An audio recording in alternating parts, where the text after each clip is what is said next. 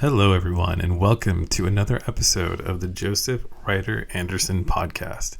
Today, we're going to be doing something really exciting, and that is we're going to be looking at some of the upcoming decks in the One Punch Man Union Arena set. So, this set has not come out anywhere in the world yet. It's the first time a Union Arena set is coming out simultaneously in the North American market as well as in Japan. So people everywhere are going to be wondering how to play these decks, how these decks are going to impact the meta, and just how strong they're going to be. So I've put together some preliminary builds. So obviously this is super early on, so the optimized way to play these decks is going to be made known via tournaments, via my own testing to me, as well as just innovations that come along down the line and how these decks interact with the broader meta. That being said, we can still get a decent idea for how strong these decks are based on the current meta, because this is going to be coming obviously into the existing meta and interacting with the decks we already know, so we can kind of have an idea of how these decks stack up. And to be honest, looking at them right away, there's nothing too crazy here. There's nothing too crazy that's going to, necessarily blow away the existing meta. There's definitely some competitive decks for sure that we're going to be looking at. But I just thought that was interesting, as we don't really know a lot about how this set's going to play out, again, because we don't have any information from sets that already have come out in Japan, like the way we have had with virtually every other set that's come out so far. So with all that being said, we're going to be looking at these in rank order from what I think is probably the least greatest to the greatest. So that being said, I don't think any of these decks are actually bad. They all have some unique selling points about them. Some just have more of the pieces that you need from a top tier deck than others. So with that being said, let's go ahead and start out. Oh, and before we get into it, if you want to look at what these preliminary builds are, I will be linking to it in the episode notes. So that's going to be the best way to find these exact builds that I'm talking about. Starting out, we have at number 6, we have the Hellish Blizzard deck. So this deck focuses heavily on event cards. It's not the first one we've seen in the English version of the game to have an event card focused. I think the number one deck that comes to mind is like the Ashford Academy or Pizza deck from Code Geass. So for example, you have that chess game card in Code Geass Red that is you're able to sideline characters based on how many event cards you have in your sideline. Lelouch, 5-cost Lelouch, is able to sideline stronger characters based on having a certain number of event cards in your sideline. But I will say that those decks don't go as hard into the interoperability of event cards and characters. There's some really tight synergies here that I think is beyond what we've seen before. So for that reason, this deck is interesting. I think most likely it's not going to be the strongest deck, though, just because events tend not to be as strong as characters. So if you're having to load up your deck with a bunch of event cards to make that synergy work, you're probably going to be better off running a deck that focuses more on characters, less on events. That being said, you could also build your deck. The way I have it built now runs a lot of events, but you could also build it with less events and use Hellish Blizzard to bring events back, sideline and bring event cards back, and then play them for basically free with Terrible Tornado, and then unlock a lot of added advantages that way. I think this deck's main selling point is its ability to rest characters and make them stay rested when they should ready, and then also being able to get some added removal via Hellstorm. So if you're able to rest them via your event cards and then remove them via Hellstorm, it's a pretty powerful combo. Still, I just think that the characters that you have in this deck aren't strong enough on their own to make this super competitive, but you could probably do well against a lot of the other tier 2 decks out there. But I think to fare well against the tier 1, it's just probably not going to have the power it needs. But maybe someone will figure out a build that makes this strategy work fantastically, which would be awesome. Moving on to number 5 is the Speed of Sound Sonic. So this is not a bad deck. This is definitely a very aggro deck. I think it's interesting because the decks we've had in the red energy colors so far have largely been aggro. Whereas in One Punch Man, there's two different main red decks, and they're not both aggro. One of them is the aggro, which is the Speed of Sound Sonic, functions very much like you would expect an aggro deck to function. It has mostly lower cost characters. It switches characters in and out. It's really going for that low to the ground play to get in and out.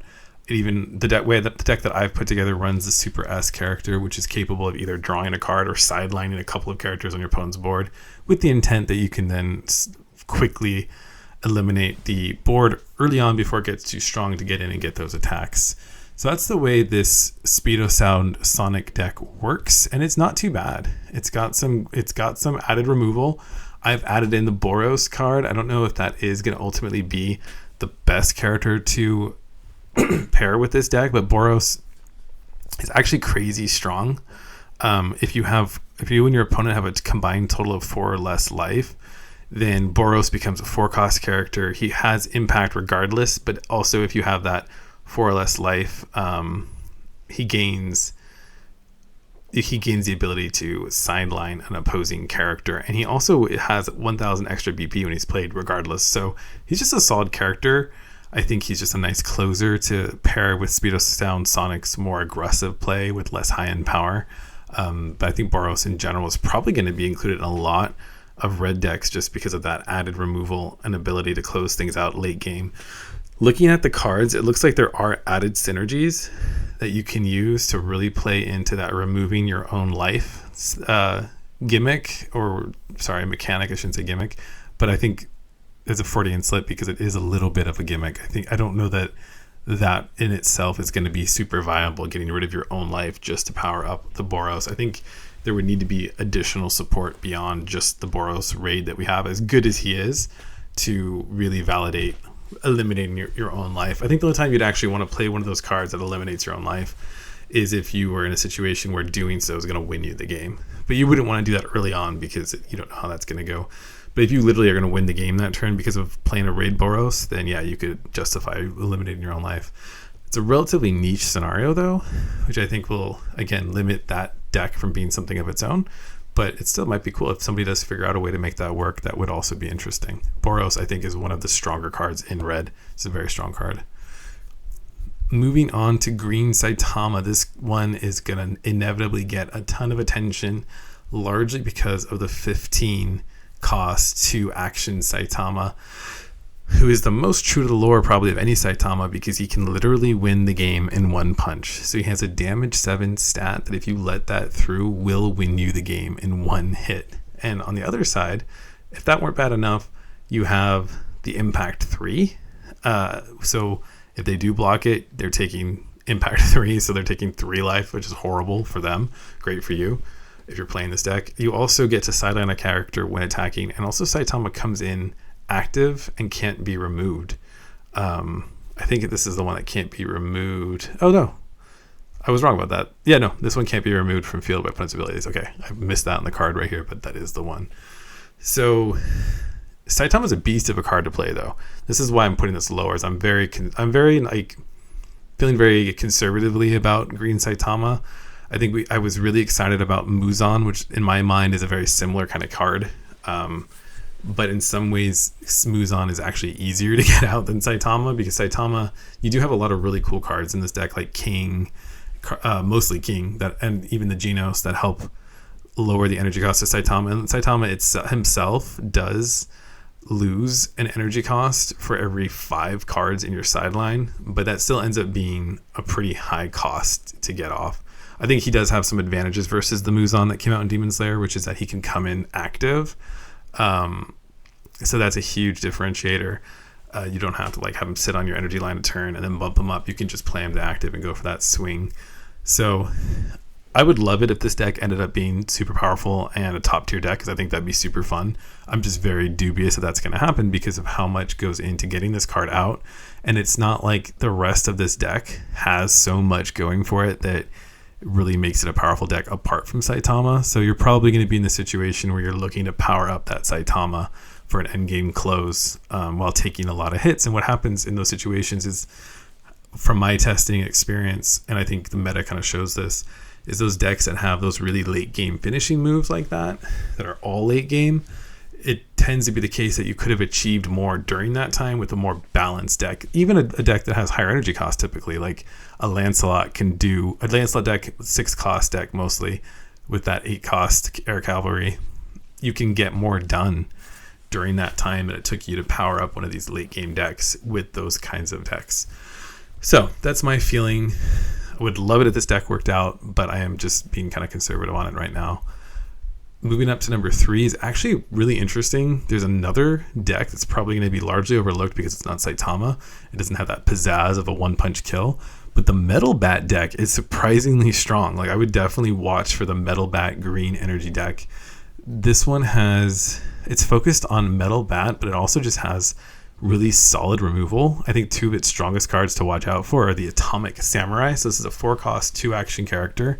You can play him. When you play him, you choose a 2000 BP character or less and remove it, or you can remove a 4000 BP character or less if you have 6 or more other hero affinity cards. So think of this as Kenpachi from Bleach. That was the Bleach Green Toshiro deck. Basically the same thing as Kenpachi, just without the impact stat, the impact keyword.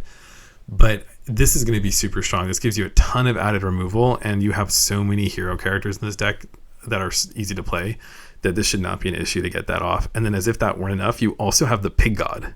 And this is a 1-action card. And if you play into the front line, you can sideline a 3000 BP or less character in your opponent's front line. That's insane that you have these 2 in the same deck. I think that's going to ultimately be a stronger appeal than the Saitama. You can just get more done faster, and nothing in this deck goes over 4 energy costs. So that enables you to do a ton of like rush plays, right? You don't need to worry about establishing an energy line. You can just get in there and start taking kills. I think that's fantastic.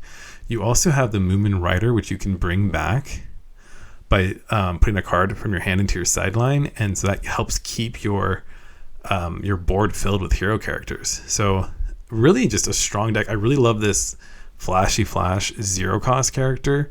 If you have 6 or more hero affinity cards, which seems relatively easy to achieve with this deck, then Flashy Flash can't be blocked by a character with 3500 or more BP. So that's an excellent finisher. This is very similar to that 2-cost Lelouch that a lot of people like to play in this Kogias purple, but it's only a 0-cost instead of a 0-cost 1 AP. So it's a very easy character to play. I think a huge advantage this deck's also going to have is that it's running, the one that I built is running 8 Nullify Impact. So you have the Metal Bat Nullify Impact, who also comes back after being sidelined. And then you have the 3-cost Super Ally Black Luster, which has Nullify Impact. But unlike most Nullify Impact characters, he's got 3500 BP and he's got the active trigger, which is a huge incentive to add him to your deck. So I think this deck's really strong. Actually, this might be the deck I'm most excited about playing because it just looks like it'd be super straightforward, super fun. And would probably take a lot of people by surprise. So if you want to build something that people aren't expecting you to play, build the Metal Bat deck. So it looks super cool. Moving on to number 2 is the Red Garo. I hope I'm saying that right. It's been a while since I've watched this show, but it's the Red Garo deck. This one's super cool. Really cool combos, insane removal. You got the Boros 0-cost character, the Gyoro character, and both of these can help add cards into your sideline as well as get more cards into your hand and help you search them. You have the Tempest Wind card, which is that bounce back to hand, so you can reuse them and keep fueling your sideline. And that's important because your Garo is going to get stronger based on how many cards you have in your sideline. And it gets to the point where you can even use him to sideline opposing characters, unlock added removal. You can gain a powerful effect from your Raid Garo, who is, if you have 15 or more cards in your sideline, if Garo isn't blocked, he restands. That's also added removal. You have the Hero Almanac. I'm running 2 in this deck, but it'll be interesting to see. Maybe more is better. But this also forces your opponent to block attacks, so it's added removal. Just tons and tons of removal. Of course, it's based largely on how many cards you have in your sideline. But this deck has so many ways to add cards to your sideline that shouldn't be an issue, and it looks like you max out pretty much at 15. So that's like the difference between getting an Enmu to work from Demon Slayer versus a Muzan at 20. should be reasonable, especially if you're focusing it. So I think the drawbacks of this deck are, again, you have to get those cards in your sideline for it to get really strong, but also it is a 6 cost energy deck. So you have to build up a bit higher than you do with some of the other decks. So luckily those characters are really strong, so that should make it worth it. But that's the main drawback. But yeah, very solid deck. And again, it has the Boros character, which I think is just a very solid closer. So you could play him a little more if you wanted to, but again, I think ultimately removing your own life probably isn't a good idea. You're probably going to want to save him just to play as a strong raid, or use him end of game to just close things out. And number 1, the deck which will probably be not only the strongest deck from One Punch Man, but also one of the strongest decks overall. I think it's gonna make its way up onto that list, is the yellow Saitama deck. So I think a lot of people are going to be interested in that green Saitama deck because of that one punch kill, but ultimately the yellow Saitama does provide more value. You have a ton of removal in this deck. You have this insane card called One Punch, which actually just lets you deal direct damage to your opponent without even attacking. That's insane. You have several strong Saitamas with 10,000 BP, ability to remove, impact, just craziness. Good combos too with supporting characters that help you restand your characters or add them back to your hand in order to eliminate some of the negatives of their drawback. Like basically the Saitama has these abilities that are a slight drawback, but you can negate them with these supporting characters to some extent. So ultimately just a really, really solid deck. I think it's going to be a ton of fun to play. And the nice thing is that this deck does also, the yellow starter deck is the deck for One Punch Man. And Union Arena is really good at giving us starter decks that are competitively viable, at least when upgraded. So you can go at least part of the way by picking up 1 or 2 starter decks. You can go part of the way to building what is likely to be a top tier competitive deck, which is the yellow Saitama One Punch Man deck. So awesome decks, awesome strategies. This should be a really fun set. I'm excited to get my hands on it and do some testing. Obviously, once I get that testing done, I'll be sharing my experience playing these decks, what worked, what didn't. My final lists will look different than these preliminary lists, but I don't think they're going to be vastly different. I think these are the main archetypes to look out for, and I think fans of the show especially are going to love playing through these mechanics because they are just really unique, exciting mechanics that we haven't seen before in the game, and it's new to everyone, right? Because this is the first time anywhere that this set has come out. So take a look at the article. It's in the show notes. It's at josephryderanderson.com. Hope you enjoyed it, and I'll see you next time.